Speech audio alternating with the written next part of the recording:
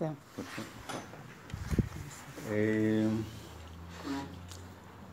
ההיסטוריה של קודה, או מה זה כאן? כן, דיברנו קצת על קודה. יש לי את הזכות להיות אולי בין הוותיקים היום בקודה, לפחות בחדר הזה ובאנשים שאני פוגש.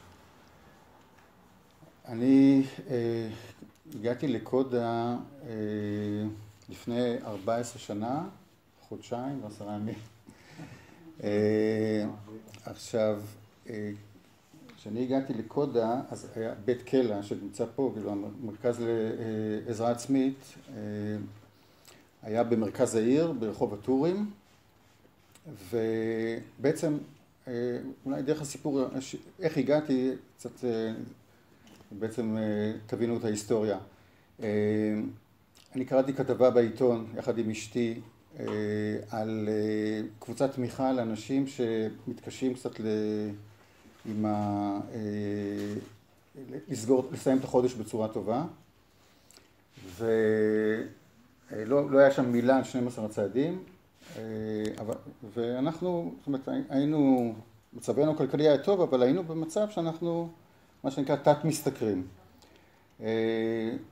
הגענו לקבוצה, ואז הסתבר שזו קבוצה של 12 הצעדים שמתעסקת עם עניינים כספיים, ודי מהר, זאת אומרת, אני הבנתי שזה לא בשבילי, שזה לא העניין שלי, אבל 12 הצעדים מאוד מעניין אותי, מאוד מדבר אליי,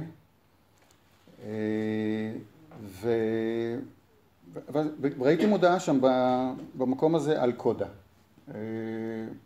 ויצרתי קשר, ואז הסתבר לי שיש רק קבוצה אחת בירושלים בעברית, אבל רק של נשים, לא הסכימו לקבל אותי, אז הייתי בקבוצה באנגלית, שכן, זאת אומרת, הייתה קבוצה של גברים ונשים. ובתקופה הזאת שהייתי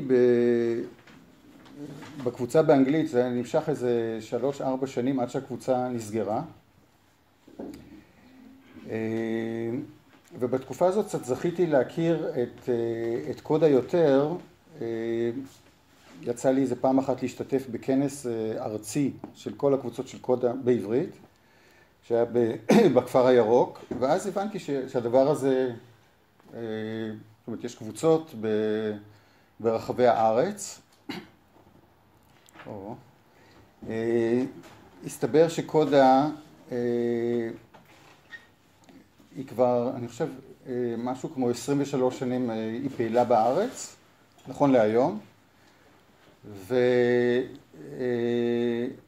ואם אני אתן קצת את ההקשר העולמי, קודה זה, או בכלל 12 הצעדים, למי שלא מכיר בכלל, זו תוכנית שהתחילה בהתחלה עם אלכוהוליסטים בשנות ה-30, ובזמן הקצר שיש לי אני לא אדבר על, תגיד לי כמה זמן יש לי, אני לא אדבר על האלכוהוליסטים אנונימיים, אפשר למצוא הרבה חומר על זה באינטרנט, ויש ספרים. הקודה העולמי, כמו שאלכוהוליסטים התחיל בארצות הברית, גם קודה העולמי התחיל בארצות הברית, ובעצם הוא נולד מאנשים שחלקם היו קשורים לאלכוהוליסטים האנונימיים. והם הבינו שהבעיה היא לא בדיוק האלכוהול, אלא בעיה שקשורה למערכות יחסים. וממש השנה, זאת אומרת ב-2016, באוקטובר 2016, חגגו 30 שנה לקודה העולמי. לא יודעים, נגעתי רק קצת בהיסטוריה, לא הסברתי מה זה, אבל זה בטח עוד יתגלה. זה יתגלה תוך כדי, עוד יוסיף יתגלה. כמה דקות על קבוצות בארץ, על האתר, כמה מילים, כאינפורמציה. טוב, זה קשור למקום הזה, כי אחרי שהקבוצה שלנו באנגלית נסגרה, אז יצא לי להשתתף באיזושהי קבוצת צעדים אחרת של 12 הצעדים, ושם רוב האנשים היו קשורים לתוכניות אחרות, קשורים שחלקם אפילו אני רואה פה, בודדים היו קשורים בעיקר לעניינים של אוכל, ואני הייתי שם מין עוף מוזר כזה, וכששאלו אותי מה אני עושה פה, אז אני סיפרתי להם על העניינים שלי, הבעיות שלי יותר בעיות רגשיות, אני לא מה שנקרא מכור לחומר מסוים, ואז הם ביקשו ממני, סיפרתי להם על קודה, ואנשים מאוד הסתקרנו, ונולדה שם יוזמה לפתוח את קודה מחדש. ובעצם היה לי את הזכות, יחד עם עוד איזה חבר,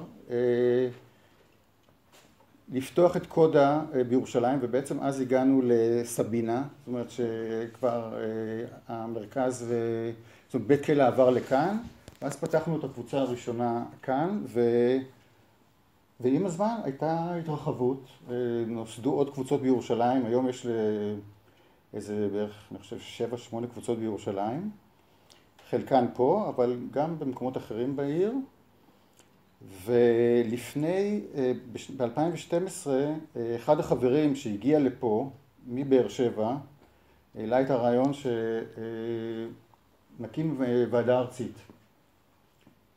כאילו שנארגן קצת הפעילויות וניתן להם איזושהי מסגרת לכל הקבוצות. וב-2012 הקמנו את מה שנקרא הוועדה הארצית שלנו, ואז התחלנו לתרגם ספרות, ובין היתר גם כמה